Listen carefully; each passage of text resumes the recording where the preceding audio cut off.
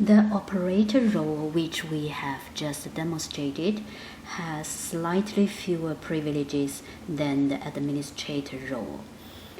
Now I'm going to log in as administrator.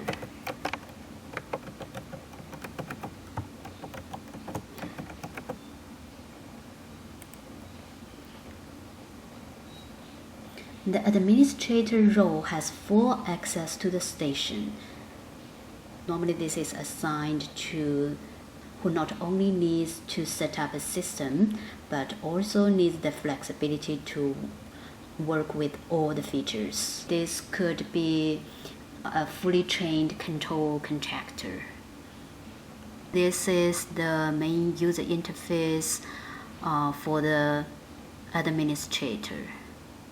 We can hide the panel from the left. It's a little bit different from the operator's main user interface. Or in some situations, if you'd like, you can set them as the same. So here we can change it, you can switch it to see the main user interface for the operator. So that's what the operator would see. And also we can have a look at the HX Home, which is the main user interface for people who access the station via mobile device. So we'll go back to the administrator home, and this main user interface is fully configurable too. We can edit this file and provide links that are more frequently used by the specific site. One of the major differences between the administrator role and the operator role is that administrator role can add, edit, and delete user profiles. So we can find that from the user services. So we can go to configuration, and in the service list, click the user interface. We will be able to see here. We can configure the different roles here.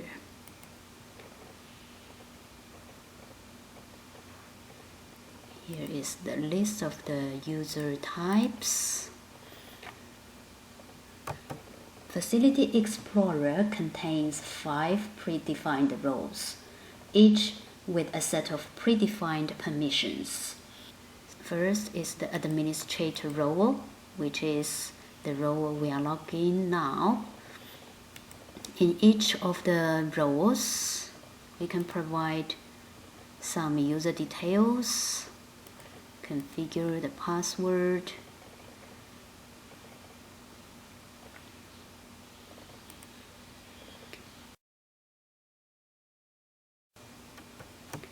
the HX admin is a role that is designed for users who wants to access the station via smartphones or pads. When you select this user role, you will need to log on as an HX admin.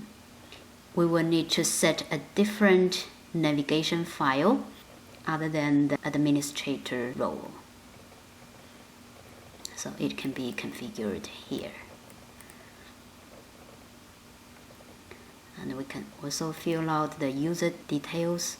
We can also set up the user contact information in the user details section.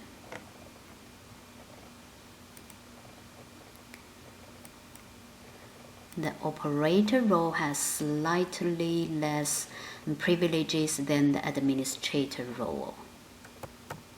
By default settings, operators can use the station wizard, can edit graphics, schedules, add, edit, configure, and delete devices, and perform time, date management, edit the email configuration, and so on. The next role is the maintenance role. This role has a limited number of privileges. This role is normally assigned to users who use the system daily to perform small modifications to station information. For example, a maintenance role might be a facility manager or a maintenance person. They can add, edit, configure, and delete alarms, use the alarm console, add, edit, configure, and delete histories. The last user type is tenant. Normally, we only allow the tenants to view some points and point groups, but in some situations, we may allow them to change the occupied times in the scheduler to better save energy.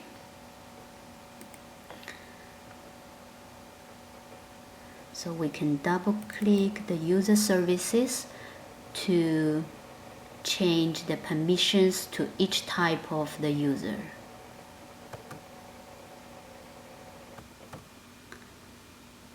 So here is the permission browser.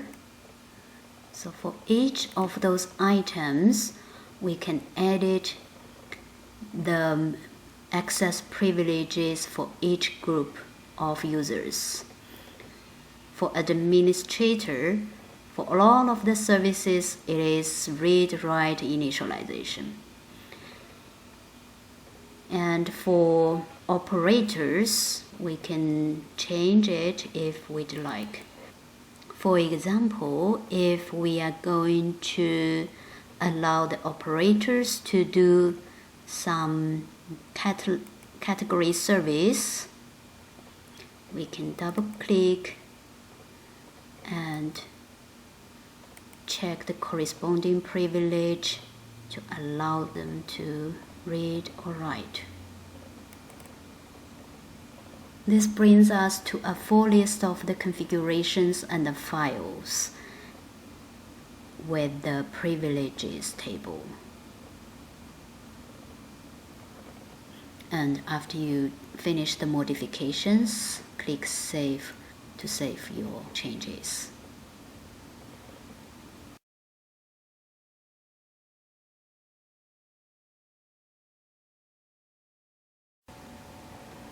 Now let's have a look at the alarm services. We can change the default settings for alarms.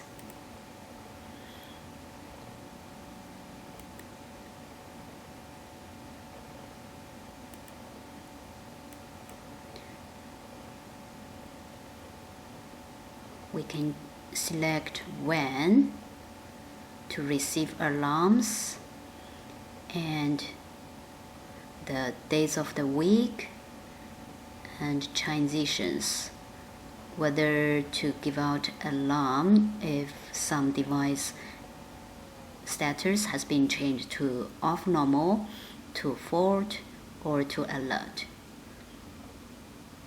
For example, if we don't want to receive any alarms when the device is just changed to off normal, then we just uncheck the checkbox beside it.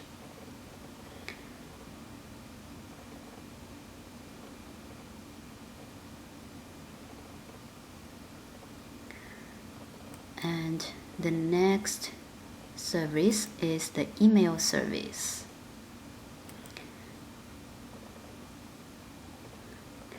We may configure to receive emails regarding the alarms. The same thing with the alarm services, we can change the days of week, what kind of conditions you want to receive alarms about, and also the recipient name and the email address. So this is the outgoing account. You need to set this up to allow the system to send out the email successfully. The next is the history service. We have introduced that in the operator privilege.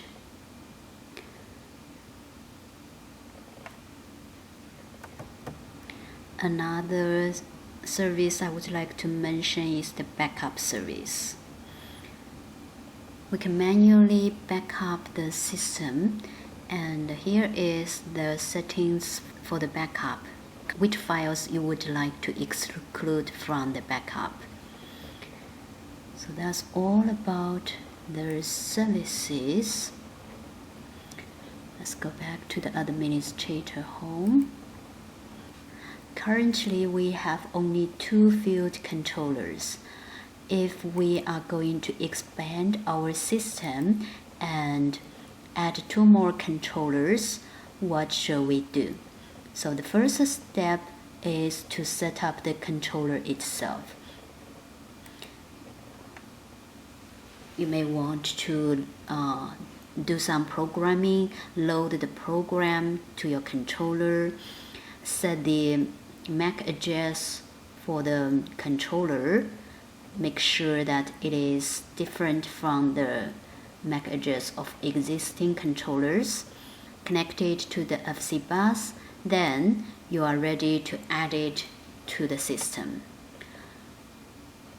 So go to the device networks, double click the back network test, and choose the BACnet device manager.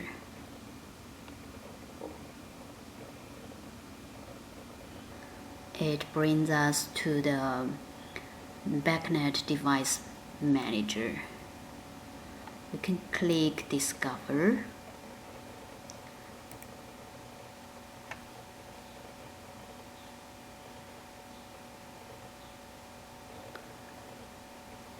And then the BACnet will automatically discover devices that has been attached to the FC bus. So we have only 2 here with MAC address 4111. If you have already hooked up another controller to the FC bus, then it will be shown here too. Then you just select that one and add it to your database. So I have only 2, but in the database I have 3 here. One is shown as done because previously when I did the test, I hooked up 3, and then this one was removed from the FC bus. So the status of this controller is done. After you have discovered and added the controller to the BACnet, the next step is to import all the points to the database and do some configurations to choose whether to archive them, to save the history, to add chains or totalization to them. You may also want to add a user interface to that specific controller and the programs. Facility Explorer provides a library of pre-configured graphic files. You may want to use them and do some modifications to show your specific user interface.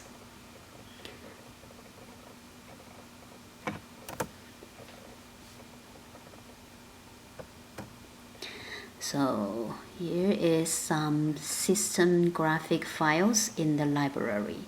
We'll just open one of them to have a look. Let's have a look at this FX zoning graphic. Double click it to show the predefined graphic. The original file contains a simple graphic as well as some labels for the point inputs.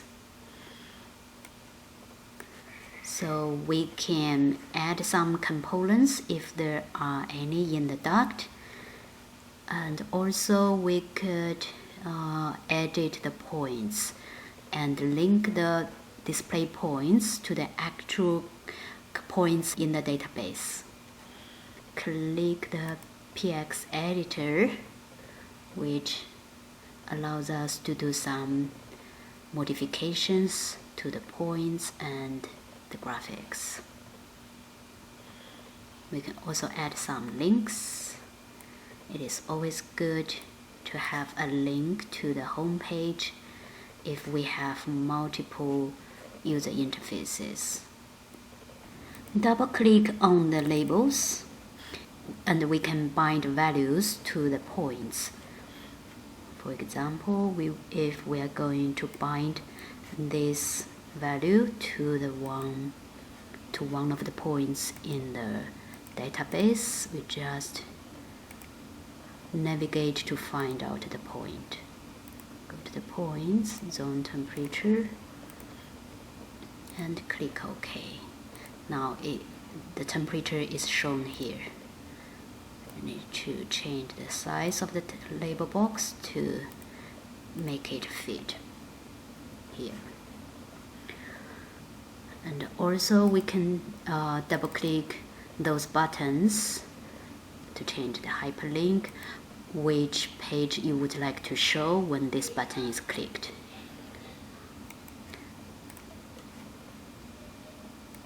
So after finishing all those modifications, just save it, and also don't forget to link this page to the controller.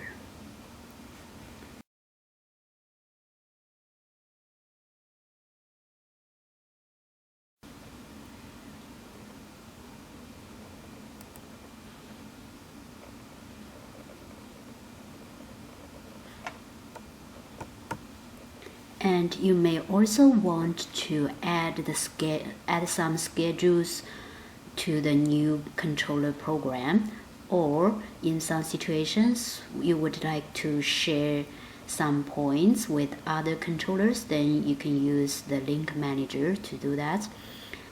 We have already introduced about the different types of users. If we are going to create new users, we will need to go to the administration and double click the users.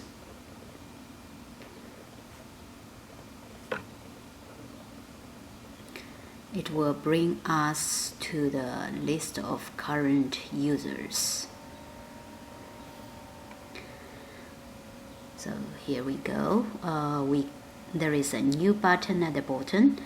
Just click on new button, add one new user,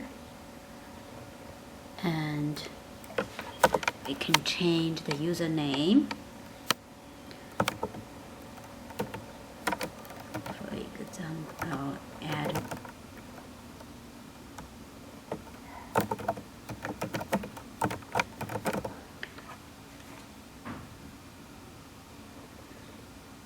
and choose the role here.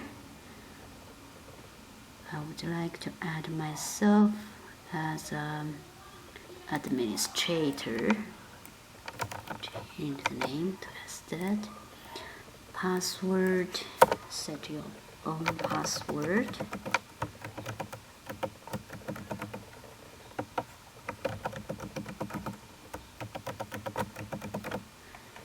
And email address.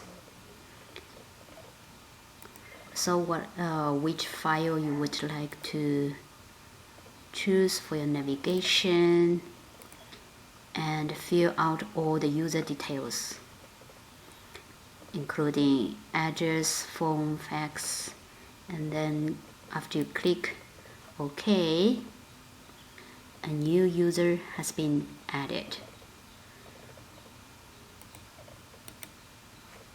To delete it here. So only when you logged on as an administrator you can add some new users. That's all about the Facility Explorer Supervisory Controller.